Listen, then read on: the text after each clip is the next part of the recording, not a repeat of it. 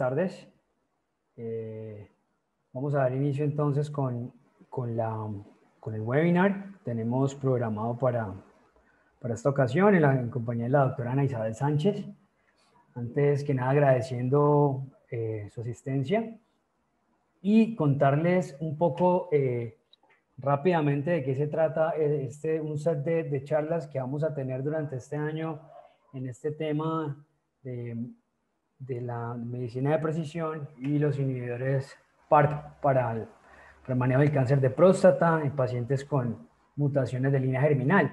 Esto hace parte de un proyecto que se escribió en conjunto con el Servicio de Genética Médica, con el Servicio de Urología, Oncología y el Servicio de Oncología Clínica.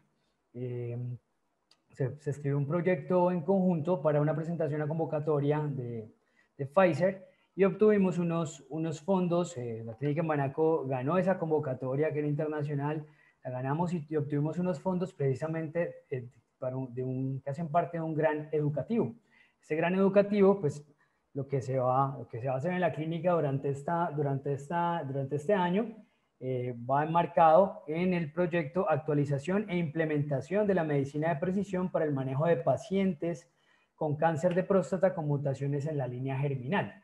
Entonces, vamos a estar invitándolos a diferentes charlas, diferentes clubes de revista durante este año, y el año que viene, al final, se va a realizar un congreso, un seminario a nivel local, donde se va a invitar a todas las instituciones de salud de la región, entes territoriales y demás, para precisamente proyectar todos los resultados que hayamos tenido durante este ciclo educativo y un poco direccionando pues al manejo de estos pacientes. Entonces, bueno, quiero dar paso a la doctora Ana Isabel Sánchez de una vez con su tema. La doctora Ana Isabel Sánchez es médica general de la Universidad del Valle, es especialista en genética médica de la Pontificia Universidad Javeriana y es candidata a magíster en investigación biomédica transnacional de la Universidad Autónoma de Barcelona. Entonces, doctora, la dejo con la charla. Muchas gracias. Hola, buenas tardes a todos. Listo, gracias, Adrián. Bueno, algunos igual ya pues me conocen y me han visto por ahí por los pasillos de Imbanaco. Me tocó el primer tema, que es el tema como de pronto que puede ser un poco más complejo, y es la parte de genética. La idea es que igual si hay dudas, preguntas, realmente me pueden interrumpir sin ningún problema para ir como pues resolviendo lo que pueda ir surgiendo a medida que vamos haciendo la presentación. No sé si los participantes tienen acceso a micrófono.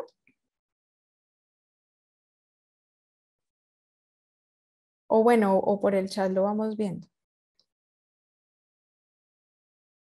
Sí, creo que por el chat, cualquier inquietud que tengan, pueden irles comunicando por el chat. Aquí vamos a estar atentos. Vale, entonces, bueno, qué pena pues los imprevistos de última hora para compartir pantalla. Lo que les decía a los participantes que se iban conectando es que igual si hay preguntas, dudas, pues lo ideal es como irlos resolviendo. Sé que me tocó el primer tema, que es el tema de pronto que es como más complejo, más difícil de entender, que es justamente la parte genética, pues en cáncer de próstata, pero la idea sí es ir resolviendo dudas a medida que se va haciendo la presentación. Yo no veo esto en pantalla grande, ya ahorita sí lo veo en pantalla grande. Ok, entonces lo primero que vamos a hacer, vamos a arrancar con los conceptos generales en genética. Vamos a después hablar sobre lo que es cáncer hereditario en general, qué es, cuándo se presenta, cómo se presenta, en quiénes se puede presentar. Y por último vamos a hablar justamente de lo que significa el cáncer de próstata hereditario y la presencia pues, de guías actuales en este tema. Entonces, para los conceptos generales en genética, porque siempre es bueno hacer un recorderis en esto, todo comienza con Proyecto Genoma Humano. Proyecto Genoma Humano nace de un consorcio a nivel internacional a partir de varias iniciativas de varios países, que lo que logra es la secuenciación completa de cada una de las bases nucleotídicas del genoma humano. Es un proyecto que finalmente queda publicado tanto en Nature como en Science en febrero del 2001, y lo que hace justamente es el reconocimiento de cada uno de esos nucleótidos por los que está compuesta la información genética. En general se aceptó que con Proyecto Genoma Humano la fiabilidad con la que se secuenció esos nucleótidos pues alcanzó más o menos el 99.9%. ¿Qué sucedió después del Proyecto Genoma Humano? Es que nos dimos cuenta que todos los genomas entre individuos podían ser diferentes, había unas diferencias entre ellos y que justamente esas diferencias en bases nucleotídicas era lo que nos hacía a todos diferentes. Entonces, esta variación dentro del genoma humano es lo que se conoce uno como los SNPs, que ustedes lo encuentran, o los single nucleotide polimorfismos o polimorfismos de único nucleótido. Entonces, básicamente esto, ¿a qué hace referencia? A todas esas variaciones en la secuencia del genoma humano que nos dan el color del pelo, que nos dan el color de la piel, que nos permiten la talla, pero que también nos pueden dar la predisposición a ciertas enfermedades. Entonces aquí entra un concepto siguiente que es un concepto interesante y es el concepto de mutación o variante. ¿Y en qué se diferencia el concepto de mutación o variante a polimorfismo? Y básicamente es la frecuencia con la que se presenta en la población. Es decir, hablamos de polimorfismos de único nucleótido cuando existen cambios en esa secuencia del genoma humano, pero que se presentan en más del 1% de la población. Mientras que hablamos de mutaciones o variantes en esa secuencia del genoma humano cuando esa variación en el nucleótido se presenta con una frecuencia muchísimo menor al 1% de la población. Entonces aquí hay una cosa importante que siempre decimos los genetistas y es la palabra mutación nos hizo un poquito de daño en general porque cuando uno habla de mutación entonces se le va la mente como a Hollywood y básicamente X-Men. Entonces ahorita realmente hay como una nueva corriente de llamar a estas variaciones en el genoma humano justamente no mutaciones, sino variantes, ¿vale? Entonces, ¿qué sucede? Cuando estas variantes que se encuentran en la secuencia nucleotídica pues generan un proceso de enfermedad, ya sea por predisposición o porque sí realmente son la causa. Entonces, aquí es cuando nos enfrentamos a lo que son las correlaciones genotipo-fenotipo, es decir, en qué momento esa variación deja de ser un polimorfismo y de presentarse en más del 1% de la población y comienza a generar un proceso de enfermedad o un proceso pues, de predisposición a enfermedad. Entonces, hablamos de esas variaciones en la secuencia del genoma humano y cuando hablamos de esas variaciones en la secuencia del genoma humano nos referimos a lo que es el genotipo. Y cuando hablamos de la predisposición a enfermedad o que realmente es algo causativo de enfermedad, pues nos referimos al fenotipo. Eso era como para dar un panorama general en cuanto a conceptos pues, generales en genética que nos pueden ser útiles para entender lo que es cáncer hereditario. Entonces, hablamos de, en general, las enfermedades humanas tienen cierta o tienen siempre cierta predisposición genética o tienen cierta causa genética que las hace presentarse. Entonces, en el espectro de lo que son las enfermedades, tenemos una primera parte que son los fenotipos o enfermedades que tienen una causa puramente genética. Entonces, aquí tenemos las enfermedades que son monogénicas, las enfermedades que son cromosómicas, como por ejemplo el síndrome de Down. En el otro extremo, de lo que es la causa de las enfermedades, tenemos todos aquellos fenotipos que son de causa puramente ambiental. Aquí en este extremo, pues vamos a tener todas las enfermedades que son causadas, por ejemplo, por intoxicaciones o las enfermedades, lo que llamamos pues el trauma, que realmente aquí el fenotipo es puramente ambiental, pero no existe nada de pues, componente genético dentro de su causativo. Entonces, la mayoría de enfermedades humanas, sin embargo, son enfermedades que se consideran multifactoriales o complejas. ¿Eso qué quiere decir? Que existe tanto una predisposición genética, es decir, existe variación en la secuencia del genoma humano, pero adicionalmente a esa variación en la secuencia del genoma humano, tenemos adicionalmente unos factores de riesgo ambientales que son los que pues promueven la enfermedad. Y el cáncer básicamente hace parte de esas enfermedades complejas o multifactoriales en las que existe tanto una parte genética causal, pero también unos factores de riesgo que pues conocemos pues mayoritariamente todos. Entonces, en general, la mayoría de enfermedades se ubican dentro de las condiciones multifactoriales o complejas, la diabetes, la hipertensión arterial. Realmente, pues todo lo que manejamos como médicos se ubica realmente dentro de lo que es multifactorial o complejo.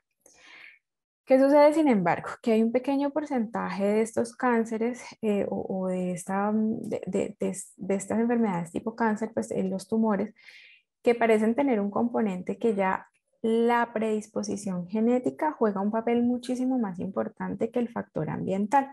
Entonces vamos a como a desglosar ese cáncer hereditario en qué es, cómo se presenta, cuándo se presenta, como de acuerdo a estas 6 cosas. Entonces lo primero es explicar como el cómo ese cáncer o cómo el proceso tumoral puede ser debido a alteraciones en la variación genética. Entonces, en general tenemos que, para que se produzca un proceso tumoral, tiene que existir un desbalance entre lo que es una proliferación celular controlada versus una proliferación celular descontrolada. Entonces van a existir en general en las células unos factores que me van a promover esa proliferación y esa sobrevida celular y unos factores que me van a inhibir justamente esa proliferación celular. Que se presente o no un proceso tumoral, pues tiene que estar a consecuencia de si existe o no un balance entre estas cosas. Entonces, estos factores que me promueven la proliferación y la sobrevida celular, pues van a estar dadas por o van a estar codificados por pedazos en la información genética que son llamados genes, específicamente los protoncogenes. Estos protoncogenes lo que van a hacer es que me codifican para estas proteínas que justamente promueven proliferación y promueven sobrevida celular. Ejemplos de estos protoncogenes, pues tenemos el CARRAS, el ER2, los factores de crecimiento fibroblástico. ¿Qué sucede? Cuando se presentan mutaciones o variaciones en estos genes que me promueven la proliferación celular, pues la balanza se inclina hacia el lado de justamente proliferación descontrolada y me aparecen los procesos pues, de tumoración o de cáncer. En general, estas variaciones en la secuencia de genoma humano en las que hay un aumento en la función, es decir, hay un aumento en esa función de proliferación celular, se considera que son variaciones con ganancia de función. Y aquí es cuando ya nos empezamos como a adentrar en lo que nos dice, bueno, esa variación, ¿en qué momento se nos vuelve algo pues patogénico, patológico y causante de enfermedad? Por el otro lado, entonces, tenemos que la balanza se nos puede tirar hacia el otro lado y tenemos estos factores que son inhibidores de la proliferación. ¿Qué sucede? Que también hay unos pedazos de información genética o genes específicamente que son los llamados supresores de tumores, que lo que hacen es codificar para esos factores inhibidores de la proliferación celular. Cuando estos genes supresores de tumores como el RB1, el TP53, el ATM, tienen variaciones en su secuencia, usualmente esas variaciones en su secuencia son variaciones que le generan le generan una pérdida en la función. Entonces, cuando esos genes supresores de tumores no cuentan con su función adecuadamente, pues aparece un desbalance nuevamente en la proliferación celular y lo que predomina, ¿qué va a ser? Pues que básicamente van a predominar estos factores que promueven la proliferación porque los inhibidores pues están detenidos. Y aquí es cuando realmente pues se presentan también los procesos pues, tumorales. Y esto realmente sucede en cada una de las células pues del cuerpo en el proceso o en el momento en que se presenta o pues en el que se inicia un proceso tumoral. Entonces, hay que ver el cáncer realmente como enfermedad genética y lo que sucede en cada una de las células del cuerpo es que a medida que va pasando los años, valga decirlo así, va a haber un acúmulo de diferentes variaciones dentro del genoma de esa célula. Ese acúmulo de variaciones o de variantes dentro del DNA de esa célula, lo que va generalmente a desembocar es que puede finalmente generar un proceso tumoral. ¿Qué sucede? Que en general la célula siempre va a ir acumulando una serie de variantes que son las llamadas passenger mutations. Esas passenger mutations por sí solas no son capaces de generar por sí solas un proceso tumoral aislado. Sin embargo, existen otro tipo de variantes que son las llamadas driver. Estas driver que se presentan con menos frecuencia, pero que también se van acumulando a lo largo de la vida de la célula, son las que finalmente me podrían generar un proceso tumoral. Entonces, esas driver mutations lo que hacen es que le confieren a la célula una ventaja evolutiva. ¿Una ventaja evolutiva en qué sentido? En que le permiten una proliferación y un crecimiento descontrolado, también hacen que se pierda como la fidelidad en el DNA. ¿Eso qué quiere decir? Que cuando se daña o existe un proceso de daño en el DNA, pues existen unos factores que lo van pues como a reparar. Entonces, cuando hay presencia de driver mutations, lo que sucede es que estos factores que me reparan el DNA, pues se me van a dañar.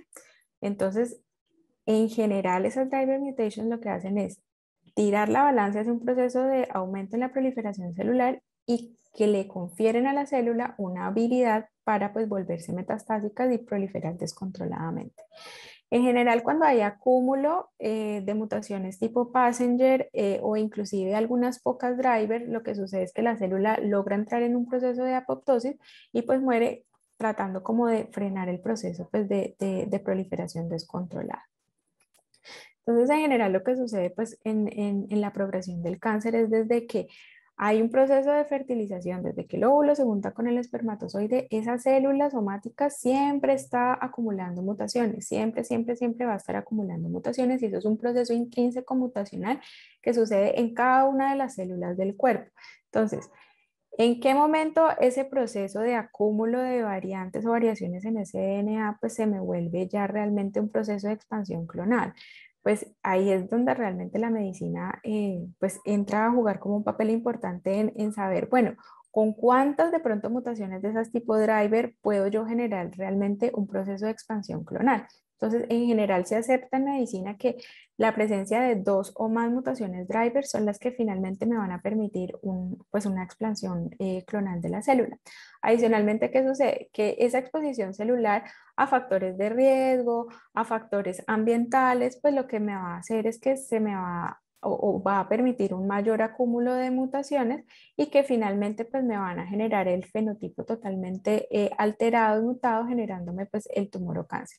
Inclusive esa progresión del cáncer con ese acúmulo de mutaciones a lo largo de la vida, también puede explicar el por qué muchos cánceres se vuelven invasivos y por qué adicionalmente muchos de ellos, aún con quimioterapias, pues se vuelven resistentes a quimioterapias. Y es simplemente por el acúmulo progresivo de variantes dentro de la información genética. Entonces, en general se acepta que aproximadamente hasta un 10% del total de los cánceres son hereditarios. ¿Eso qué quiere decir? Que pesa más la presencia de estas mutaciones tipo driver dentro de la célula para que se produzca el cáncer. En general, más o menos hay descritos unos 50 síndromes de cáncer hereditario. ¿Y por qué son importantes reconocerlos? Porque básicamente al tener o al presentarse un cáncer hereditario existe pues un riesgo adicional de desarrollar tumores malignos con respecto a la población general. Entonces, esto es como para mostrarles que realmente lo que sucede en un cáncer hereditario o en un síndrome de cáncer hereditario es que los pacientes con alguno de estos síndromes de cáncer hereditario ya tienen una ventaja evolutiva pues desde que el óvulo está fertilizado por el espermatozoide. Y es que estos pacientes ya tienen dentro de sus células una primera mutación driver. Por lo que si el acúmulo de las siguientes mutaciones driver se va a dar a lo largo de la vida, pues ya existe una ventaja evolutiva que finalmente pues lo que va a permitir es la generación del tumor o del cáncer. Bueno, entonces aquí también hay que hacer una diferencia entre lo que son las variaciones a nivel somático y las variaciones a nivel de línea germinal dentro de la información genética. Entonces, lo que sucede dentro de cualquier tipo de proceso tumoral en una célula somática es que, pues justamente sí, se vienen alterando, se vienen o hay presencia pues, de variantes dentro de esta información genética, sea passenger o sea driver mutations. Lo que sucede es que a nivel somático, esa célula tiene eso dentro de su información genética, sin embargo, esa variante no va a poder ser heredada a la descendencia pues, de ese individuo. ¿Por qué? Porque básicamente es un acúmulo al interior de la célula dentro del tejido afectado. Mientras que por el otro lado, las variaciones o las mutaciones que son de línea germinal, aquí lo que sucede es que como existen desde que hay fecundación entre el óvulo y el espermatozoide, lo que sucede es que ese embrión, cada una de esas células de ese embrión, pues contienen esa primera variante o primera mutación y por lo tanto, al tener todas las células pues, del individuo esa variante, pues van a poder ser heredadas a la población. Entonces, recordar que realmente cuando hablamos de cánceres hereditarios, hacemos referencia a variantes o variaciones dentro de la información genética, pero en la línea germinal. Es decir, aquí hay una ventaja en el sentido de que va a poder ser heredado a la descendencia, mientras que las variaciones somáticas dentro de la información genética no podrán ser heredadas dentro de pues, a la descendencia y por lo tanto se quedarán única y exclusivamente confinadas al tumor. Entonces, ¿quién puede realmente tener un cáncer hereditario? Entonces, existen pues diferentes como características que van a sugerir la presencia de individuos con cáncer hereditario, ya sea porque el paciente tiene un antecedente personal de cáncer o porque en su familia hay un antecedente personal de cáncer. Entonces, esa es una cosa también importante que toca diferenciar y es que L- en general, en cáncer hereditario se toman indistintamente los términos de genético, hereditario y familiar. Sin embargo, no todo lo que es genético va a terminar siendo hereditario y viceversa. Entonces, en general, cuando sospechamos que un paciente puede tener un cáncer hereditario, un síndrome de cáncer hereditario. Cuando ese paciente se presenta con múltiples tumores, cuando el tumor se presenta, por ejemplo, en órganos pares, cuando hay multifocalidad en el tumor, cuando son tumores de histologías raras, cuando se asocian, por ejemplo, a otros síntomas, como por ejemplo alteraciones en piel, alteraciones en otros sistemas. Y lo otro también es ya no solamente enfocarse en un paciente con síndrome de cáncer hereditario, pues puede ser un paciente ya con un antecedente personal de cáncer, sino que puede ser inclusive asintomático para cáncer, pero en su familia existir más de un pariente con el mismo tipo de cáncer o con diferentes tipos de cáncer. Entonces, en general, para cada una de las localizaciones de tumores existen ya una serie de guías específicas de cuándo sospechar pues cáncer hereditario, dependiendo pues de la localización del tumor. Entonces, en general, pues ya entrándonos en lo que es cáncer de próstata, igual el cáncer de próstata pues sigue siendo importante a nivel mundial y las estadísticas, pues ustedes realmente saben más de esto y es que los casos nuevos, por ejemplo, estimables a 2021 solamente en Estados Unidos eran de 248.530 anualmente y se atribuyen al 2021 se iban a atribuir más o menos unas 40.000 muertes pues por cáncer de próstata. Entonces, con esto lo que quiero decir realmente es que sigue siendo un problema pues importante a nivel de salud pública y sigue siendo, por ejemplo, la segunda causa de muerte por cáncer a nivel mundial después de cáncer de pulmón. Y en general, el riesgo a lo largo de la vida de un hombre de tener cáncer de próstata es más o menos de 1 en 8. Entonces, esta epidemiología se vuelve un poquito complicada a la hora de decir, bueno, ¿y será que ese cáncer de próstata entonces está dentro del común de cánceres que son multifactoriales o complejos en los que existe algo pues de predisposición genética, pero también factores de riesgo ambientales, o cuando encasillamos ese cáncer de próstata en lo que realmente puede ser solamente un cáncer hereditario en el que están presentes pues variantes en línea germinal de tipo driver. Entonces, en general, siempre ha habido como un desafío para mirar, bueno, qué tanta evidencia hay para realmente decir cuál es el papel de la información genética para realmente generar cáncer de próstata. Y eso realmente ha sido un desafío importante, uno, por la alta incidencia de cáncer de próstata a nivel mundial. Es decir, que realmente hasta antes del 2015 realmente no se sabía qué tanta predisposición genética realmente había para la aparición del cáncer de próstata. Lo otro es que esa baja frecuencia de síndromes de cáncer hereditarios conocidos que sean del 5 al 10% también hace difícil como estimar específicamente para un tipo de cáncer específico como es el de próstata qué tanta predisposición hereditaria puede haber. Y lo otro es que cuando hablamos de enfermedades complejas o multifactoriales, pues siempre hay unos patrones de herencia que son complejos. ¿Eso qué quiere decir? Que por más que haya familiares afectados, eso no siempre quiere decir que pues el individuo va a tener sí o sí o cáncer. Entonces, todo eso hace que realmente la evidencia para encontrar predisposición hereditaria a cáncer de próstata pues haya sido como compleja en el tiempo para pues identificarla completamente. Entonces, ¿qué se tiene en evidencia para predisposición hereditaria en cáncer? Entonces, lo primero son los estudios de GWAS. Entonces, los estudios de GWAS o Genome Wide Association Studies lo que hacen es evaluar múltiples SNPs, es decir, múltiples polimorfismos de único nucleótido que están localizados en diferentes regiones cromosómicas, se evalúan en su conjunto y por medio de este tipo de estudios epidemiológicos que básicamente son de caso control con millones de SNPs en los que se evalúan, pues se pueden dar unos riesgos identificables dependiendo pues del polimorfismo que se encuentre dentro de pues, cierta localización. Entonces, en general para cáncer de próstata sí están descritos ciertos polimorfismos que confieren riesgos Sin embargo, esos riesgos no van más allá de ser de 0,74 a 1,5. Entonces, por sí solos esos polimorfismos es muy difícil que realmente generen, pues, o terminen generando un proceso pues, tumoral. Entonces, estos igual estudios son importantes porque miran como en su conjunto los polimorfismos de riesgo. Sin embargo, esto no quiere decir que si yo tengo un polimorfismo de riesgo, pues voy a terminar generando el cáncer o generando un proceso tumoral. Simplemente hace parte de lo que se considera pues un concepto de riesgo. Y aquí hay algo importante y es que un solo polimorfismo no me va a generar una predisposición a cáncer, sino que la sumatoria de varios polimorfismos me pueden generar un proceso de predisposición a cáncer. Es decir, que eso es el primer concepto como grande en cuanto a predisposición hereditaria a cáncer de próstata, es que se necesita siempre un efecto aditivo de esos polimorfismos de único nucleótido para que se me genere una predisposición final a cáncer. Entonces, hay un estudio bonito realmente del New England que sale en el 2008 y es que, bueno, si ya tenemos esa predisposición individual de cada uno de esos polimorfismos en diferentes localizaciones cromosómicas, este estudio lo que hace es, bueno, vamos a sumarlos y vamos a saber de pronto si existe como un riesgo específico de acuerdo a qué tantos polimorfismos de único nucleótido tengo yo.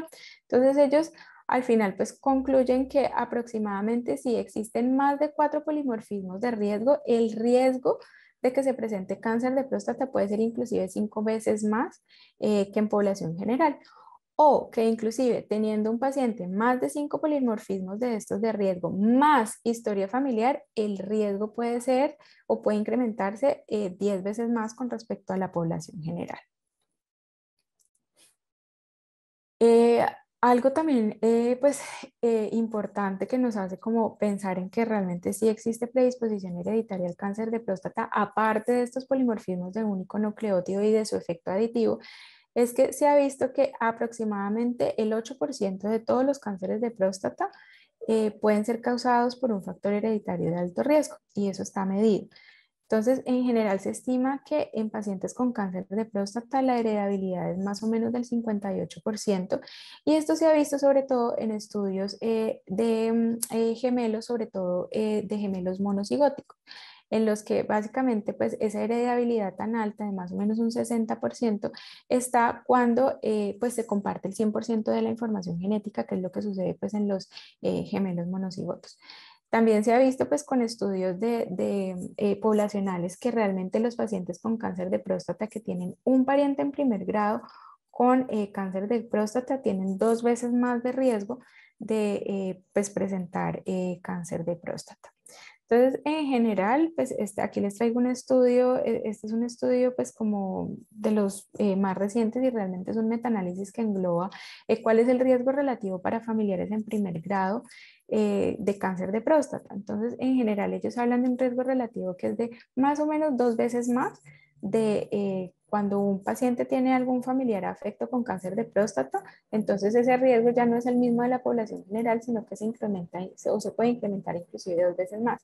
Y algo importante también es que el riesgo se incrementa dependiendo de cuál es el pariente afectado. Entonces, cuando hay hermanos afectos con cáncer de próstata, el riesgo del individuo de tener un cáncer de próstata es 3 veces más con respecto a la población general y cuando el padre es el que está afectado es de 2 veces más. Y mire que esto realmente es interesante porque siendo hermano y padre familiares en primer grado, sí se ha visto en estudios pues, de corte poblacionales grandes que el riesgo relativo aumenta dependiendo pues de cuál es pues, el tipo de pariente, inclusive siendo parientes pues en primer grado de consanguinidad. Hay un estudio también bonito que es esta cohorte en Massachusetts. Ellos siguen en el tiempo más o menos 9 años a unos 1.150 hombres aproximadamente, 57 de ellos con cáncer de próstata, 110 con algún antecedente familiar de cáncer de próstata y también evalúan pacientes que tengan otro tipo de cánceres como por ejemplo cáncer de mama. Y ellos encuentran en esta cohorte que el riesgo relativo para cáncer de próstata teniendo un antecedente familiar de algún individuo en primer grado con cáncer de próstata es más o menos 3 veces más con respecto a la población general.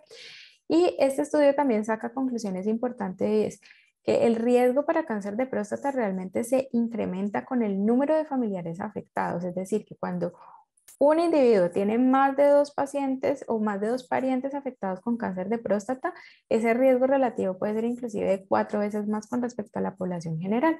Y adicionalmente, este estudio pues, poblacional también saca algo interesante y es la edad de aparición del tumor en familiares afectados, también tiene un aumento en el riesgo relativo en cuanto pues a la aparición del cáncer. Entonces se ha visto que mientras más temprano aparezca ese cáncer, es decir, antes de los 65 años, el riesgo de tener cáncer de próstata es mayor.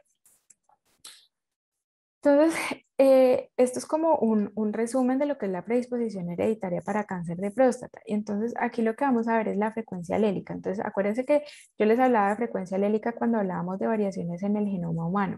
Y es que cuando esas frecuencias alélicas son mayores al 1%, es decir, hacemos referencia a variaciones en el genoma humano que son bastante comunes, es decir, los SNPs. Entonces, aquí hablamos, ¿cierto? De esas variantes comunes de esos SNPs que me van a generar un efecto aditivo. ¿Cómo lo logro? Pues identificar mediante los estudios de GWAS. Mientras que si por el contrario, esas frecuencias alélicas o esa frecuencia con las que las variaciones se presentan en la población general, pues son muy bajitas, lo que hace es que el efecto de generar cáncer de próstata o de generar un fenotipo relacionado pues con esa variante específica, pues se hace mucho mayor.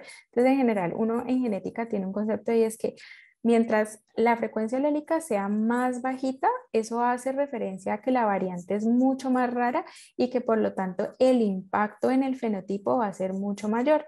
Y aquí es cuando empezamos a considerar pues, los cánceres que son pues, más puramente genéticos o hereditarios. Mientras que si nos vamos al otro extremo, que son las variantes más comunes, pues simplemente hacemos referencia a que sí, si hay una predisposición genética porque hay variación, hay SNPs que en efecto aditivo pues me terminan generando la predisposición al tumor. Entonces, en general ya se han identificado una serie pues, de genes asociados con cáncer de próstata hereditario, es decir, con genes que tienen variaciones de baja frecuencia, pero que se considera que tienen un efecto importante y un efecto, pues, un impacto grande para la generación del fenotipo final. Entonces, en general, para cáncer de próstata están más o menos relacionados unos 20 genes, la mayoría asociados con genes que tienen un efecto en la reparación de la información genética. Este es un estudio interesante con 692 pacientes con cáncer de próstata metastásico y ellos en general encuentran que la presencia de variantes a nivel germinal de muy baja frecuencia alcanza a ser casi del 12% en cáncer de próstata metastásico, alcanza a ser casi del 5% en cánceres de próstata localizado y que igual se alcanza a ver esta presencia de variantes se encuentra en pacientes asintomáticos para cáncer, pero con historia familiar hasta en un 3% de los casos. Entonces, en general, estos estudios lo que han logrado determinar es no solamente la frecuencia general pues, de variantes, ¿cierto? Sino que también han determinado que el estadio de la enfermedad, es decir, si está localizado, si está metastásico, sí se asocia significativamente con la probabilidad o no de tener una alteración a nivel de línea germinal de una variante de único nucleótido que sea o que tenga una frecuencia alélica bajita. Entonces, ¿esto qué va a sugerir? Que básicamente son aquellos pacientes que de pronto tengan un peor curso de la enfermedad porque tengan un cáncer de próstata metastásico, pues parece que tuvieran alteraciones genéticas y sobre todo alteraciones genéticas pues, en genes que hacen parte de la maquinaria de reparación del DNA. En general, pues tenemos unos genes que ya se ha visto que tienen predisposición pues, hereditaria a cáncer de próstata, que están ya medidos los riesgos relativos en relación pues, a la enfermedad. Los más comunes y los más conocidos, el BRCA1 y el BRCA2, en general se considera que el BRCA2, la presencia de alteraciones o de variaciones en el BRCA2, confieren un riesgo de hasta más o menos 5 veces más para cáncer de próstata que la población general. Para BRCA1 más o menos se acepta que es un riesgo 3 veces mayor al de la población general, sin desconocer también que tanto BRCA1 como BRCA2 no solamente pueden asociarse a cáncer de próstata, sino también a predisposición a otros tipos de cánceres como cáncer de mama, ovario, pancreático, inclusive cáncer de colon. Entonces, los genes de reparación del DNA, los que hacen parte de esta maquinaria del mismatch repair, en general se acepta que generan una predisposición para cáncer de próstata, que es más o menos 3 veces más de la población general. Este gen, que es el OXB3, es uno de los genes que tiene como mayor predisposición eh, o mayor riesgo para generar cáncer de próstata. Sin embargo, para este gen todavía no existen guías como para accionabilidad. Es decir, como para medir específicamente, pues, qué se puede hacer en caso de encontrar una alteración en este gen. Para el gen CHEK2 se asume que es más o menos unas 3 veces más de riesgo para cáncer de próstata con respecto a la población general, para BRIP1 igual, y para el ATM, que es otro de los genes pues, que también se considera de alta penetrancia, se acepta que más o menos el riesgo es para cáncer de próstata es de 2 veces más con respecto a la población general. Entonces, antes de un consenso, pues en lo que era a qué tipo de pacientes se les podía hacer una prueba genética eh, para determinar riesgos, ¿cierto? En cáncer de próstata, lo que existían eran las guías NCCN para cáncer hereditario de mama, ovario y páncreas, que lo que daban eran unas recomendaciones muy generales de cuándo hacer pruebas genéticas en cáncer de próstata. También las mismas guías NCCN específicamente para detección temprana de cáncer de próstata lo que daban eran unas recomendaciones como específicas de screening teniendo en cuenta resultados de test genéticos, pero no lograban identificar a qué tipo de pacientes con cáncer de próstata se le debería hacer un estudio genético. Y también teníamos las guías de la Asociación Americana o del Colegio Médico de Genética Médica y Genómica, en las que también se daban unas recomendaciones muy generales de cuándo hacer genetic testing pues, en cáncer de próstata, igual que unas guías también del Johns Hopkins. Entonces, vamos a ver cómo específicamente antes del consenso de a qué pacientes en cáncer de próstata se les podía hacer realmente prueba genética, pues qué teníamos hasta antes del 2019. Entonces, estas guías en cáncer de mama y ovario hereditarios, lo que hacían era básicamente que pacientes con historia personal de cáncer, específicamente cánceres de próstata intraductales metastásicos, podían ser susceptibles para ser testeados para algunos genes de alta penetrancia, pero en cáncer de mama. Sin embargo, miren que esto realmente no era específico para cáncer de próstata, sino que lo que único que decía era, vea, si usted tiene un paciente con cáncer de próstata metastásico o con un cáncer de próstata intraductal, puede hacer testeo para estos genes que se asocian con cáncer de mama y ovario hereditario, pero no específicamente con cáncer de próstata. Adicionalmente, estas guías también decían, vea, cuando usted tenga un paciente con un Gleason, con un score de Gleason mayor o igual a 7, también testéelo para cáncer, para genes de predisposición a cáncer de mama y ovario hereditario. Sin embargo, realmente pues era algo muy general y no realmente pues enfocado en cáncer de próstata.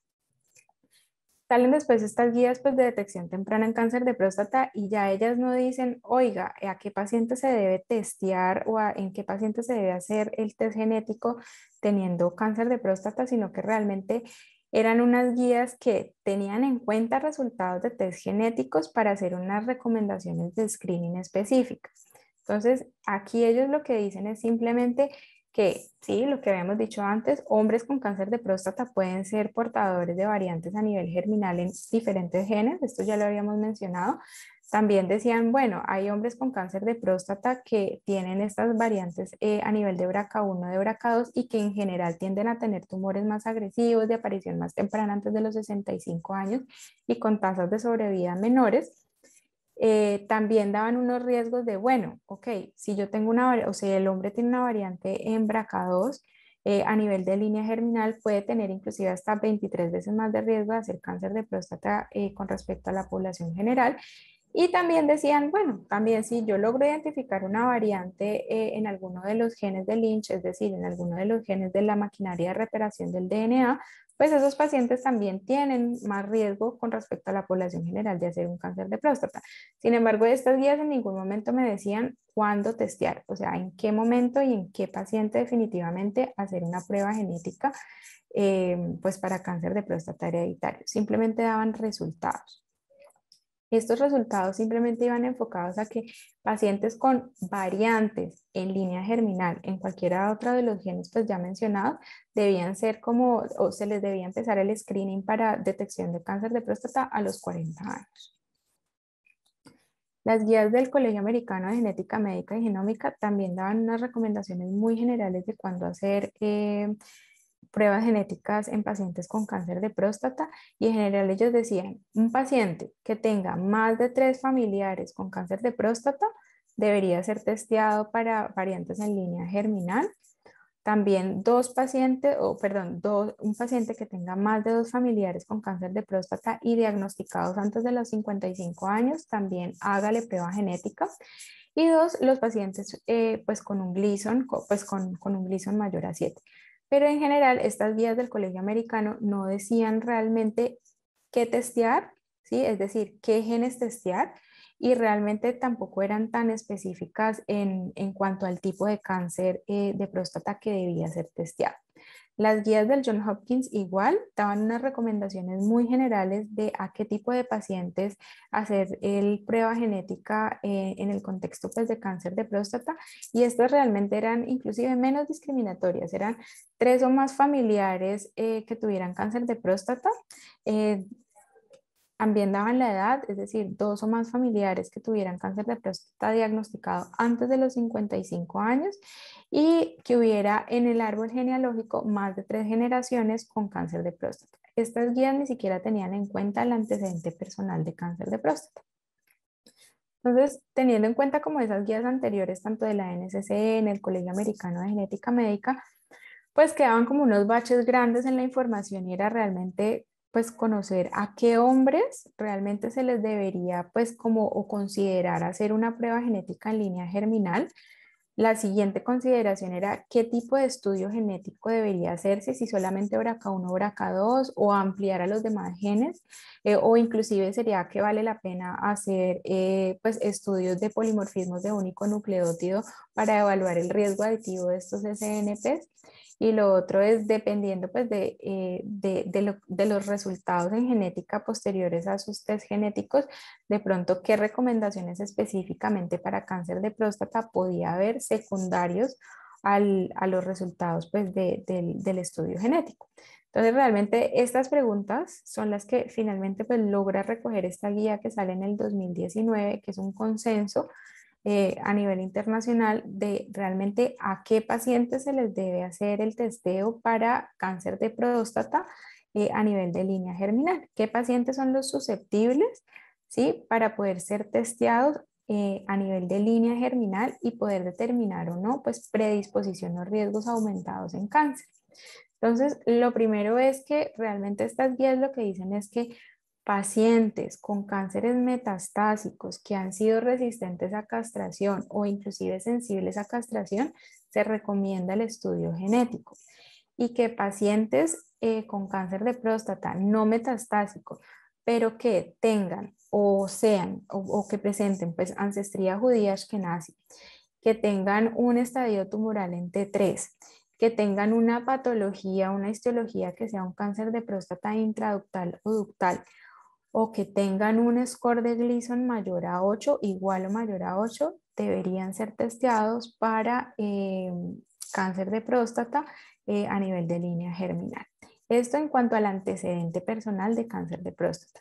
También individuos con antecedentes familiares de cáncer de próstata e inclusive asintomáticos para cáncer de próstata deberían ser testeados en línea germinal si el diagnóstico del cáncer ha sido antes de los 60 años o si realmente alguien ha muerto de cáncer de próstata en la familia.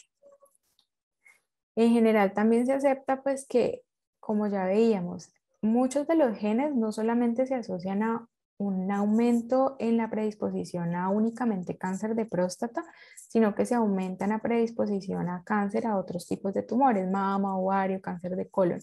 Entonces, dependiendo de si en el árbol genealógico, en los familiares afectados con cáncer de próstata, también hay familiares que tengan otros tipos de tumores, pues en ellos también se debe considerar pues hacer testeo en línea germinal de predisposición genética a cáncer de próstata. La siguiente pregunta grande era, bueno, ¿y qué tipo de test genético es el que debe hacerse en estos pacientes? ¿Será que se debe considerar hacer solamente BRCA1 o BRCA2 o se debe considerar hacer un panel completo para cáncer hereditario de próstata o un panel completo para cáncer hereditario en general?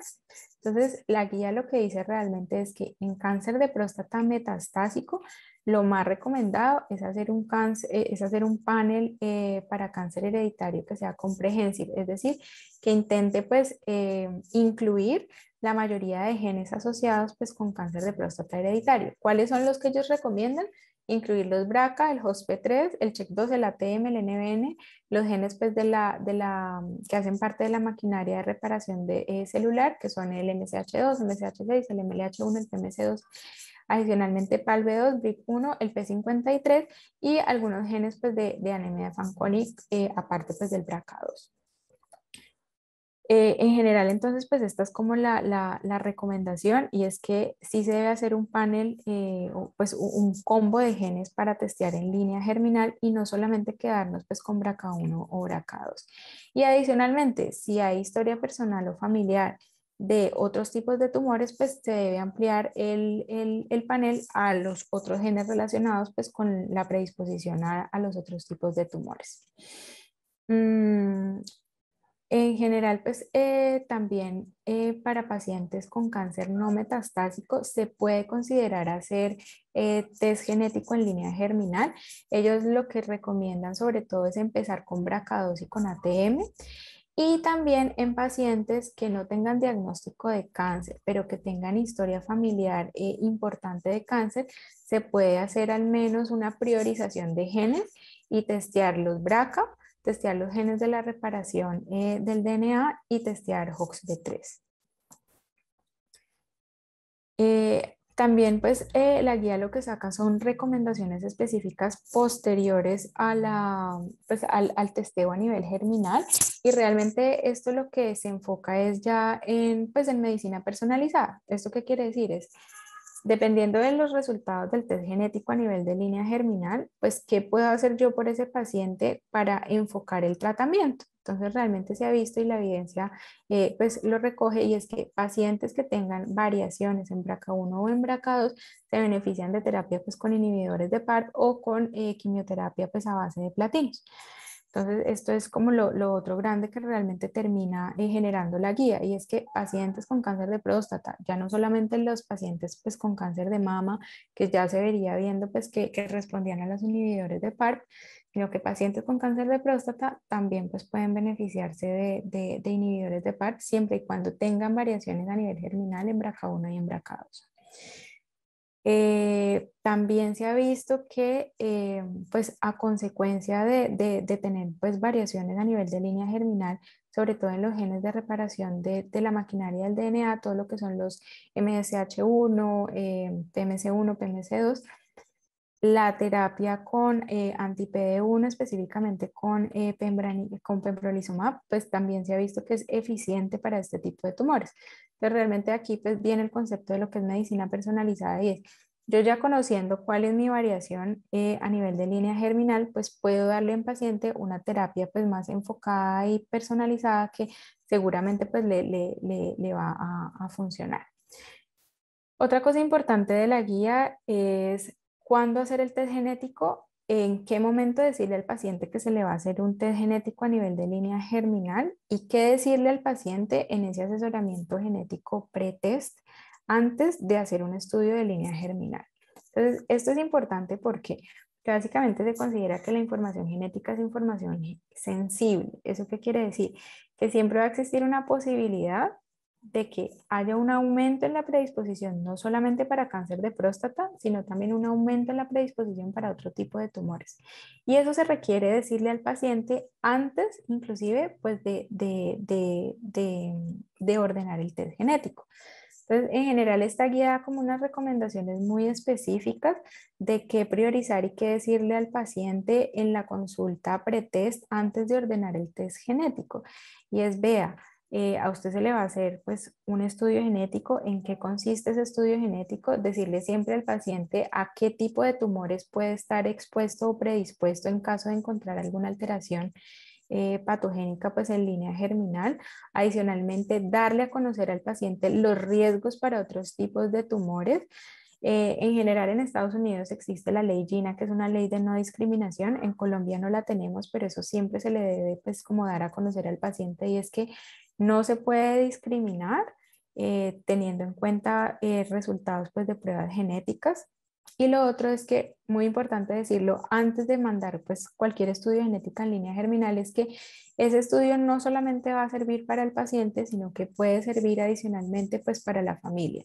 Entonces, es muy posible que si el paciente tiene una variación en línea germinal, es muy posible que la recomendación sea que los familiares también deban ser testeados para la misma variante, porque pueden estar a riesgo pues, de la predisposición al cáncer o al tumor. Y realmente entonces pues, esto genera pues, cierto impacto psicológico en los pacientes o puede generar cierto impacto psicológico en los pacientes y por lo tanto debe decirse siempre en cualquier consulta pues, de asesoría pre-test, se llama así. Lo otro también importante, pues, que habla la guía es realmente las estrategias, ¿cierto? O cuáles son como decir, estas estrategias después de tener los resultados de variaciones genéticas a nivel germinal. Entonces, en general, pues, ¿qué se debe hacer cuando un paciente tiene alteraciones en línea germinal? Y aquí realmente lo más importante es la remisión al paciente, ¿cierto? Tanto a asesoramiento genético como a genética médica para conocer pues las recomendaciones guías o las recomendaciones base, dependiendo de cuál es la variante que se encuentra afectada, de cuál es el gen que se encuentra afectada, pues esas recomendaciones específicas para cada paciente. Entonces, eso realmente quién lo hace o quién lo debería hacer. En Estados Unidos, pues, o en Europa es fácil porque lo hace mayoritariamente un asesor genético. En Colombia toca hacerlo los genetistas médicos, pero es importante también eso, conocer pues como, bueno, si ya tiene un paciente una variante a nivel de línea germinal, pues qué se hace con ese paciente. Y aquí lo importante pues es la remisión al asesor genético, al consejero genético o al genetista médico para específicamente dar las recomendaciones de acuerdo a la variante encontrada o de acuerdo al gen afectado del paciente. Entonces, pues en general existen pues la posibilidad también en Colombia de hacer estudios genéticos en línea germinal para cáncer de próstata. En general, entonces, las guías aceptan que cualquier paciente con cáncer de próstata metastásico pues debería ser testeado para variantes en línea germinal, en BRCA1, en BRCA2, en genes de la vía pues, de reparación del mismatch repair y en el ATM. Pacientes que tengan enfermedad metastásica personal o pacientes con antecedente familiar de cáncer de próstata metastásico pueden ser susceptibles o las recomendaciones que se hagan pues el test genético en línea germinal. Dependiendo de los resultados, sobre todo lo que más se conoce es BRCA1 o BRCA2, y es que el screening de esos pacientes asintomáticos, pero con variantes en BRCA1 y en BRCA2, debe empezar a los 40 años o inclusive 10 años antes del diagnóstico pues de cáncer de próstata del miembro más joven de la familia. Siempre debe hacerse pues la evaluación multidisciplinaria con asesoramiento genético pre-test. Es importante explicarle al paciente qué se le va a hacer, no solamente enviar un examen por enviar un examen, porque realmente pues hay implicaciones y puede haber un impacto psicológico grande en el paciente al realmente poder dar un resultado de vea. Hay un riesgo de tanto por ciento, hay un riesgo de tantas veces más de tener un cáncer de este tipo y de este otro. Y lo otro es que realmente pues siempre debe haber un consentimiento informado, siempre debe haber una discusión posterior a la prueba, pues como para dar esas recomendaciones generales de a qué tipos de tumores está específicamente predispuesto el paciente de acuerdo a su resultado genético. Y listo, eso era como lo que tenía por contarles en cuanto a predisposición genética para cáncer de próstata. Queremos saber si alguno de los participantes tiene alguna inquietud, alguna pregunta. Por ahí estamos también atentos a cualquiera de ellas. Y pues retomando, algunas personas llegaron después de que hubiera iniciado la exposición. Entonces les cuento nuevamente que estas charlas, estos webinars están en el marco de un proyecto que venimos trabajando en el Instituto de Investigación. Si tienen alguna pregunta pueden hacerla por el chat, con mucho gusto la transmitimos. Y mientras tanto les comento nuevamente, retomo aquí que le estamos haciendo El doctor Aluma tiene una pregunta. Doctor Aluma. Y como, a ver, yo veo por acá. Sí, doctor, bien puede escribirla y con mucho gusto yo se la transmito acá a la doctora Ana Isabel. Sí, yo veo también el chat. Ah, listo, doc. Sí, sí. Está bien. Creo que el doctor Aluma tiene oportunidad de abrir el micrófono. Si gusta, puede abrir el micrófono, doctor, y hacer la pregunta. Sí, buenas noches, claro, más fácil, más rápido por acá. Gracias. Sí, más fácil. Gracias a la doctora, muchas gracias por su conferencia. Un tema que para uno que estaba un poquito al margen no deja de ser siempre denso, pero no menos importante. Tengo un paciente, es un muchacho de 38 años, el año pasado lo operamos de una prostatectomía radical, él se le encontró un cáncer de próstata, no tiene un antecedente familiar claro. En un chequeo empresarial le pidieron un PSA de una forma de pronto pues inadvertida, le salió un 6 y se le encontró un CA de próstata que finalmente tiene un Gleason 9. Este muchacho se operó, el resultado patológico fue bordes libres. Sin embargo, empezó en el último control que fue hace unos días, tiene un aumento del PSA que venía negativo de 0.06 a 0.024. ¿Qué examen genético se le debería hacer a este paciente que con ese antecedente y esa edad tan joven y el Gleason alto, como escuché, le debería uno hacer un panel? ¿Y cómo se hace, cómo se tramita ante los pagadores de salud hoy en día? ¿Cómo es la mecánica de eso? Por favor, si me pueden orientar. Listo, doctor, claro que sí, gracias por la pregunta. Entonces, pues en general por criterios, cumple solamente por edad del paciente, pues ya cumpliría realmente criterios para hacer prueba genética en línea germinal. Pues un paciente muy joven, 38 años con un cáncer de próstata, más adicionalmente pues el Gleason que le da pues por encima de 8. Entonces, en general, doctor, las aseguradoras, es decir, las EPS, cubren los exámenes en genética, cubren los paneles genéticos. Para este paciente, lo ideal, aunque no tenga antecedente familiar pues, ni de cáncer de próstata, aunque eso podríamos indagarlo más en la consulta, ¿vale? Pues sería hacer lo que realmente en la guía llaman como un comprehensive panel en cáncer de próstata hereditario y al menos que deben estar incluidos pues los BRCA1, el BRCA2, los genes estos MMR y el ATM. ¿Listo? Entonces, en general, Imbanaco pues cuenta con un portafolio para hacer pruebas genéticas y específicamente para pruebas genéticas de cáncer hereditario. Pues si usted gusta, doctor, lo puede remitir a la consulta de genética. Desde la consulta de Claro, genética, pues se le puede solicitar sí, la prueba genética al paciente y adicionalmente, aparte pues de solicitar la prueba genética, realmente eso es algo que es consensuado con el paciente de si realmente pues acepta o no acepta tener pues el estudio genético, ¿no? Por lo que les decía yo antes, siempre hay como un impacto pues en relación a los resultados de pruebas genéticas, ¿vale? Entonces uno claro. realmente lo que hace en la asesoría pre es pues solicitar el examen, pero decirle al paciente, vea, si esto llega realmente a salir con alguna alteración, usted tiene riesgo para esto. Entonces, en general, cáncer de próstata con variaciones germinales, uno sabe que son pacientes que aparte del cáncer de próstata pueden tener riesgo de hacer cáncer de mama, cáncer de páncreas, ¿vale? En algunos casos también cáncer en la piel, melanoma específicamente. Entonces, pues todo eso es lo que se le hace en la consulta de genética previa. Entonces, si usted Pues quiere, doctor, pienso que pues... él sí, yo ujú. se lo remito, doctora, con mucho gusto. Y yo ya he leído, ya le hemos ido diciendo que es importante que se haga un estudio genético, pero pues como todavía no teníamos, digamos, la mecánica para canalizarlo, yo se Ujú. lo voy a remitir entonces a la consulta. ¿Usted está ubicada, su consultorio está en la sede principal o dónde está? Sí, somos dos genetistas, está la doctora Diana, que por ahí también la vi conectada, y yo, y está la doctora también Paula Hurtado. Yo estoy haciendo consulta virtual, la doctora Diana está haciendo consulta presencial. Las consultas se hacen sí en sede principal.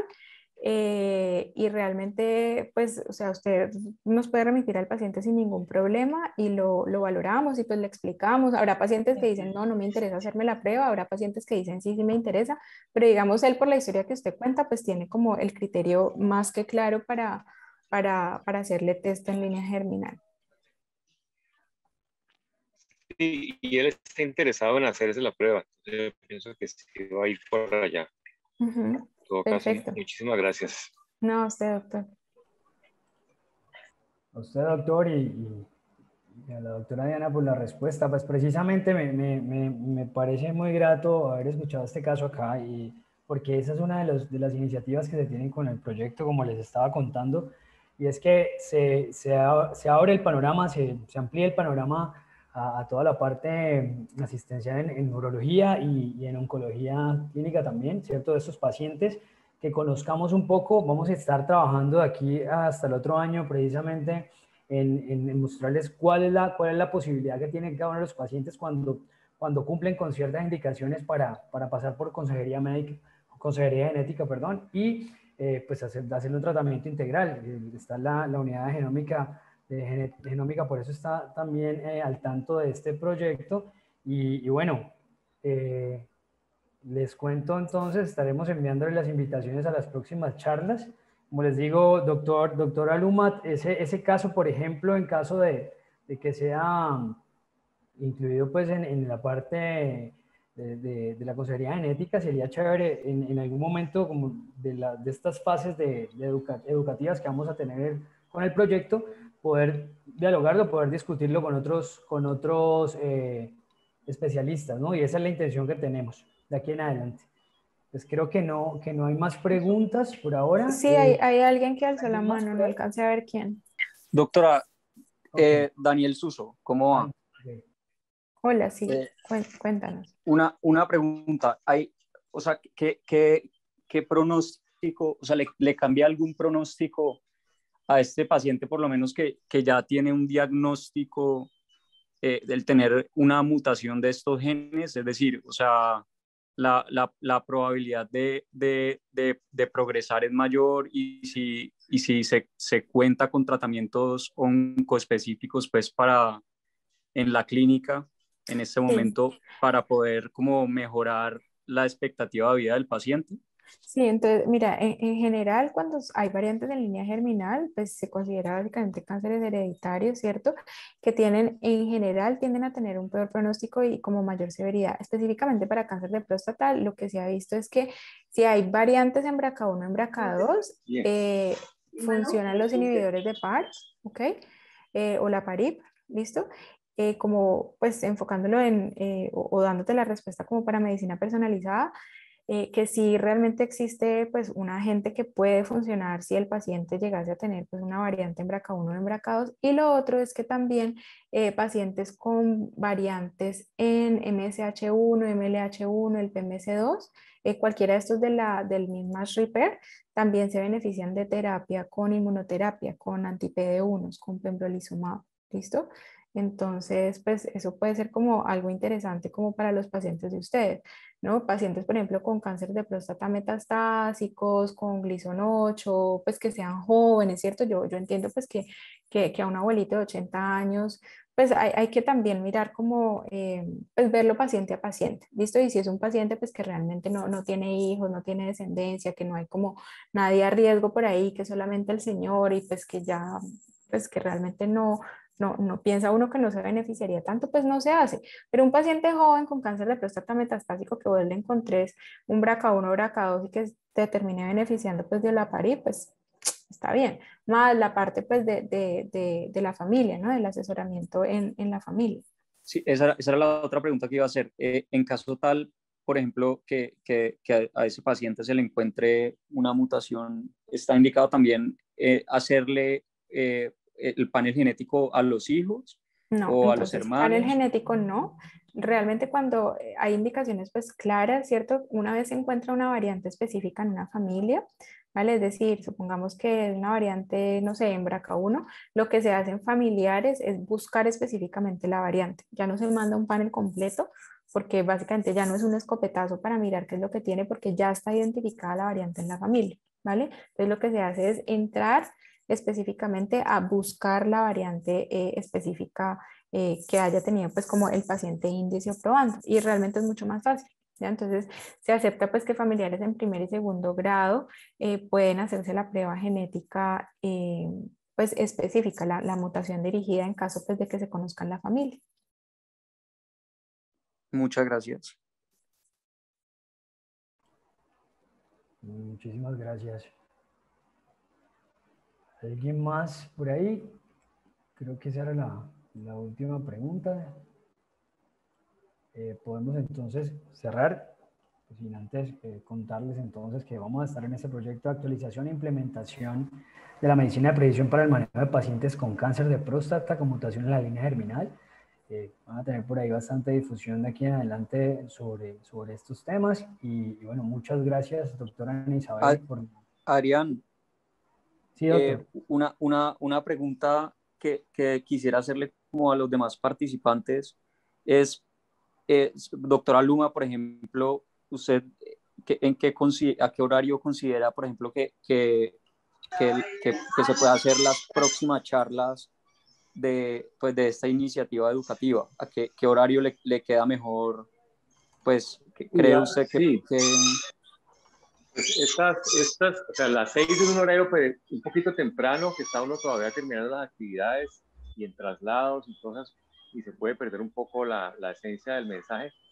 Esto podría ser o bien temprano, aunque ya tenemos 2 días nosotros de neurología fijos de webinar, que son los miércoles y los viernes en la Junta Oncológica y la Junta pues, de Trabajo de Servicio. Un tercer día creo que es pesadito si se va a hacer semanal, ahora sí es esporádico. En la mañana temprano podría ser un horario, o ya viene en la noche, tipo 7 de la noche, que la gente tiene un poquito más de disponibilidad. Hay que tratar de no saturar porque pues con este tema de la virtualidad pandémica hemos estado atosigados de webinares y la capacidad de selección y de atención es limitada porque por la parte de urología tenemos la Sociedad Colombiana que tenemos 2 actividades semanales en la noche, martes y jueves, entonces siempre hay mucha cosa y aparte de eso salen otras invitaciones, entonces no se da uno abasto. Entonces, seleccionar muy bien, hacerle la difusión como se le hizo con la suficiente antelación y mirar un horario que no se cruce con otras cosas. Listo, doctor. Pero 7 de la noche me parece un horario bueno. Y gracias por la pregunta ahí, Daniel. No, es importante porque la intención es que los servicios precisamente en Banaco aprovechemos estas charlas, ¿no? Toda esta actualización y podamos pues sacar adelante bastante conocimiento y es para ustedes precisamente. Entonces, claro que sí, vamos a tener en cuenta todas esas observaciones. Claro. Y Adrián, bien, aprovechando que tenemos al doctor Aluma, pues que es de la Junta Directiva de la Sociedad Colombiana de Urología, ¿no sería, sería posible que extendamos esa invitación también, doctor, a través de la sociedad para que tengamos pues un flujo de gente, sobre todo las próximas charlas que se vienen, que creo que es otra charla de la doctora Ana Isabel, una charla de la doctora Urrego y una charla del doctor Morales. Sí, listo. Me parece muy bien y lo importante es que no se cruce con las actividades que ya tenemos institucionalizadas en la sociedad, que son los martes en la noche y los jueves en la noche. Podría ser un miércoles y claro que sí, con mucho gusto, se le da la difusión, se le pasa el mensaje a la base de datos a través de la Secretaría Ejecutiva y así se ha hecho con otras actividades que hacen otros servicios a nivel nacional. Me parece muy bueno, pues, porque eso le da también más conocimiento de Banaco, que sí ya lo ha venido teniendo en los últimos años. Claro que sí, doctor. Bueno, muchísimas gracias. Claro que sí, lo estaremos por ahí buscando para que podamos socializar y divulgar mucho más lo que viene, doctor. Muchas gracias. Claro que sí. No, a ustedes, muy amables y felicitaciones por el proyecto. Bueno, muy amable, doctor. Gracias, doctor. Gracias, doctora Ana Isabel, nuevamente. Muy a ustedes, gracias por la asistencia. Y a todos gracias, los demás. doctora, felicitaciones. Doctora Isabel, la doctora Isabel, una pregunta. Doctora, bien pueda. Hola, sí, también hacerlo con ACRO, que es nuestra Sociedad de Oncología Radioterápica. Bueno, doctora. No, gracias. Muchas gracias acá por esa felicitación que nos va a venir muy bien. Claro que sí, doctora. Entonces estaremos quedando personalmente para que podamos socializar. Amarillo. ¿Listo? Muchas gracias. Nuevamente, gracias a todos. Buenas noches. Gracias. Hasta la próxima oportunidad. Muchas gracias. Buenas noches. Hasta luego.